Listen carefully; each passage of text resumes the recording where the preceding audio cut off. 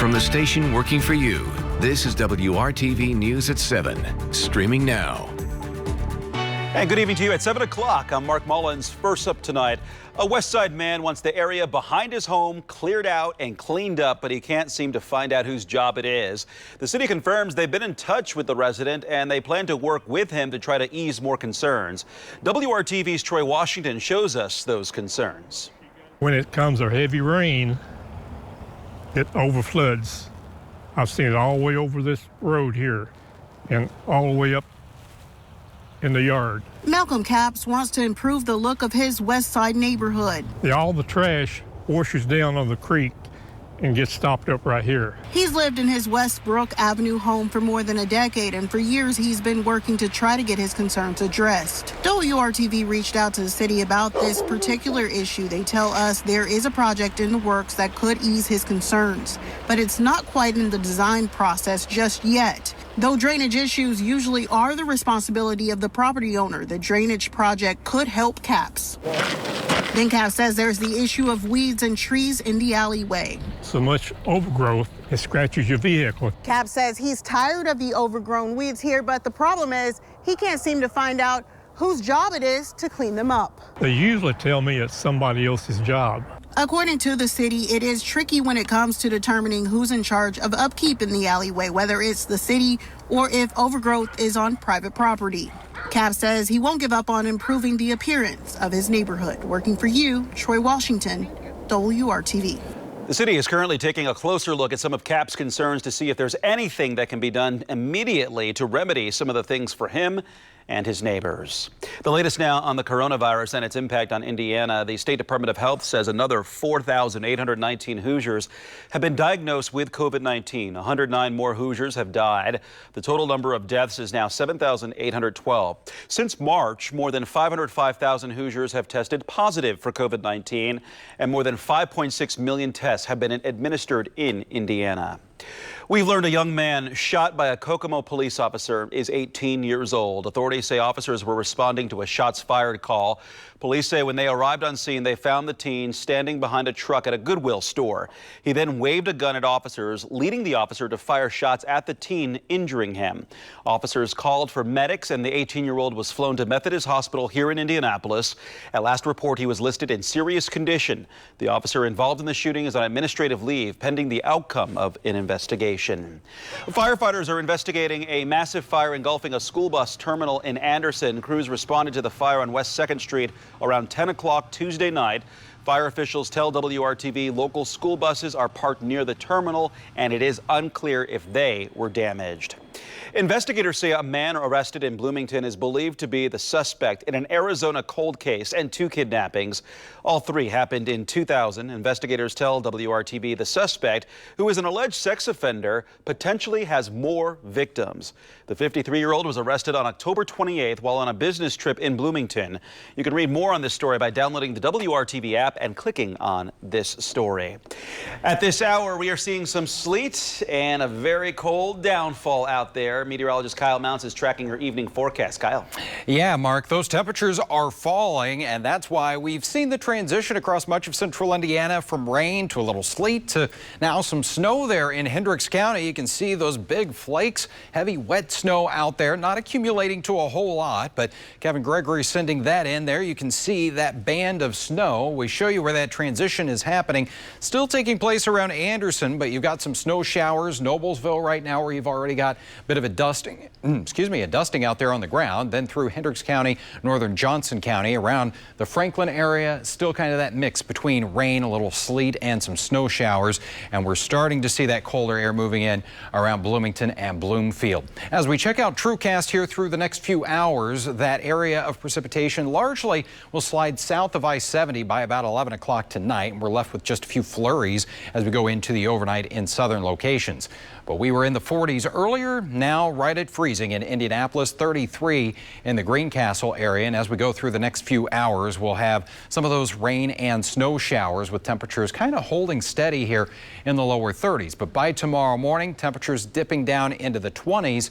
So we will have the chance for some slick spots as we go out there in the morning. Mark? Kyle, thank you. A major food bank in central Indiana continues to see an unprecedented need during the pandemic. WRTV's Cornelia Soccer shows us even though the holiday season is winding down, our community needs the spirit of giving to continue. Dawn Barnes waits patiently as volunteers load up her truck with food for her family. I get the gratification, self-gratification of knowing that I was able to help keep my grandchildren fed as well as my children. You know, even though they're grown, so many of us are losing their jobs and really facing bad financial hardship. Dawn's story isn't uncommon. More families than ever, many for the first time, are turning to local food banks to get by during this pandemic. There are far too many Hoosier families who found themselves in crisis now through no fault of their own. John Elliott, president and CEO of Gleaners Food Bank, tells me that's what people need to be mindful of, how those in need were forced into situations beyond their control because of the virus and its impact on the economy. There's a medical recovery timeline, and there's a much longer economic recovery timeline for families in need of help. While the economic recovery time is uncertain, news that $600 stimulus checks are on the way brings some hope for families struggling, but also for Gleaners. John explains. The first time the stimulus checks came out, all of a sudden we're getting a flurry of donations, many of them from donors that we've not received donations from in exactly that amount. While that was a pleasant surprise, the need will far outstretch generous donations of stimulus checks. That's why John is hopeful the community continues to give to Gleaners in the months and years to come so they can continue serving folks like Dawn. Very grateful because, you know, I mean, a lot of people would be doing without. Working for you, Cornelia Soccer, WRTV. Gleaners is a member of Feeding America, which works with food banks across the country. Feeding America has seen a 60% average increase in food bank users during the pandemic, and about 4 in 10 are relying on a food bank for the first time. Feeding America estimates 1 in 6 people and 1 in 4 children will face hunger this year. If you're in need or you can help, you can donate money or time. You can learn more about Gleaners in this story on the WRTV app. It's an ugly encounter caught on camera. A woman angrily confronting a teenager claiming he stole her phone. The claim was false, but the outrage it has sparked is real. What the boy's family says should happen next.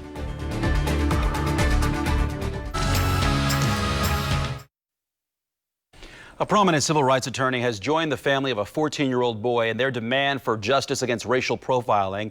This story got national attention after the boy's father posted a video on Instagram of what he says shows an erratic woman going after his son, claiming he had stolen her phone. The latest now from ABC's Christine Sloan.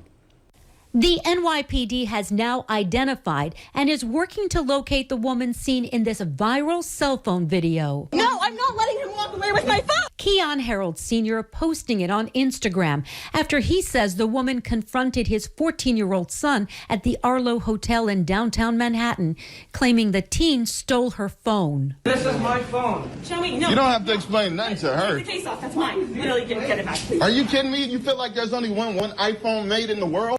The family holding a rally outside New York's City Hall. Our children are dying. Yes.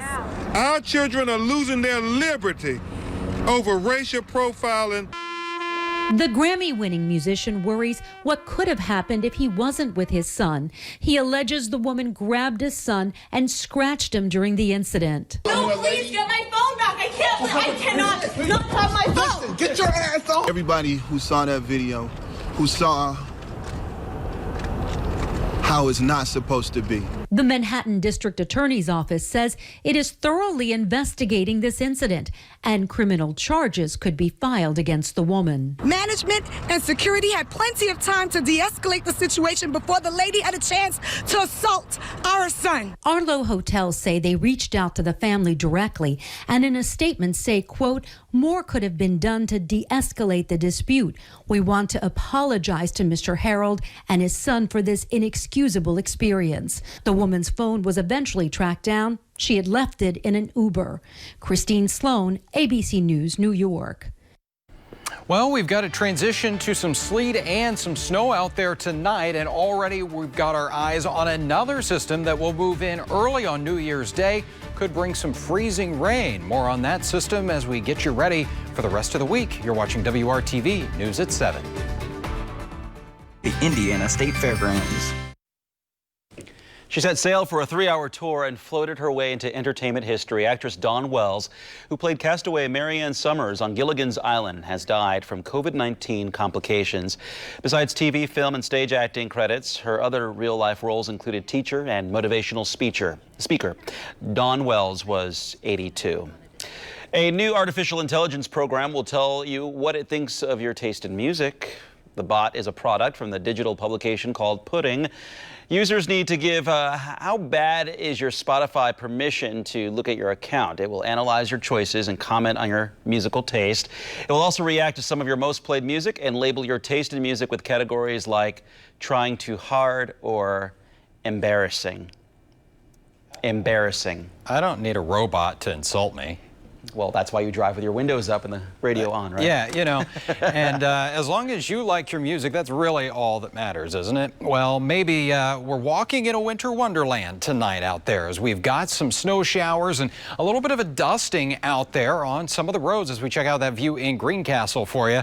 It's 32 degrees with some snow showers in downtown, 34 as you're starting to dry out a little bit in the Lafayette area and still holding on to some raindrops there in Bloomington, reported officially there at 35, but you can see we're getting in on that transition between the rain and snow showers for you, and those snow showers filling in around Newcastle, Anderson, through Indianapolis and along I-70 here. Some drops in visibility, could be less than a mile at times. As far as additional snow accumulation, though, you can see it's not all that impressive here across the southeastern portion of the state. Only about a ½ inch or so expected. Tonight, temperatures continue to drop down into the middle 20s. That will result in some areas becoming a little bit slick, especially the untreated sidewalks out there. So as you head out the door early on Thursday morning, just kind of test the sidewalk there before you step out on it. Might be a little slippery. The road should be in pretty good shape, though, as crews are out there overnight tonight and into tomorrow. Temperatures that start off in the 20s will only climb into the lower and middle 30s tomorrow. I do think we will see quite a bit of cloud cover, may see a few peaks of sunshine. And again, those temperatures seasonably cool here. We're back in the middle 30s for a high, 37 in Columbus, 35 in Muncie, and 34 in Indy. But another weather system here is coming our way. I think as we get into New Year's Eve, they're approaching midnight, things will still be dry. Temperatures around 30 degrees. But we get to 7 a.m. on Friday. There's that pink shading again. It is back, and this time we could see some freezing rain across central Indiana, and it may linger across the northern portion of the state as we go late morning and early afternoon. So that's where we could see some more ice accumulation. Not a power outage concern, but a very little amount of freezing rain, and that ice to form can cause us some big issues. Fortunately, it is a holiday, so a lot of people won't have to be out there on the roads. As we get into Friday evening, though, temperatures will warm up and we'll switch over to just plain old rain. Could see some light accumulation, though, of the ice. Around an inch of rainfall is possible for us, maybe even a rumble of thunder out there as things kind of get going, and a breezy east wind at 10 to 15 miles per hour. The extended forecast, 35 tomorrow, 50 on Friday, but that's really not going to be until about Friday evening for us. Much of the day will be in the 30s and 40s. 42 on Saturday, and as we look ahead here, that first week of January, things will be calming down. Fairly quiet weather, highs in the middle 40s. Another chance of showers by the middle of next week. Stay with us. We'll be right back here on the news at 7. First month's payment and 0 to a signing. We are a pretty big family here at WRTV. We've got news, engineering, production, sales, and even the Indy Hub that serves as master control for all of Scripps. There's a lot more going on behind the scenes than you'd think. And right now, we want to share all the names and faces of WRTV as we all wish you a Happy New Year.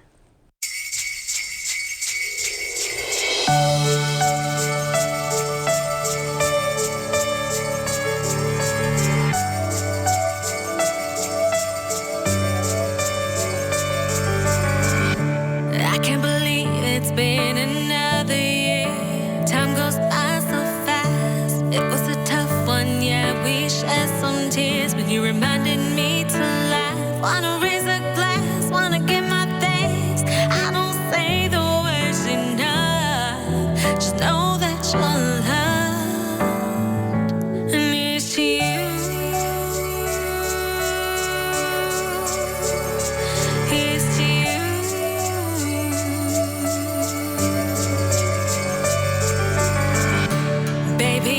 Still give me butterflies when you whisper in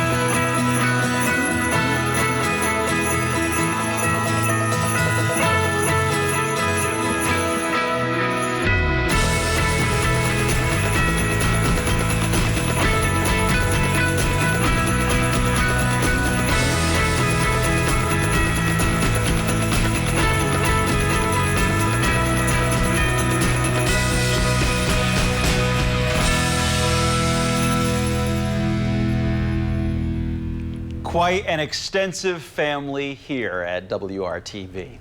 Happy holidays. Kyle and I will see you back here for WRTV News at 11. Until then, we hope you have a great evening. Stay warm.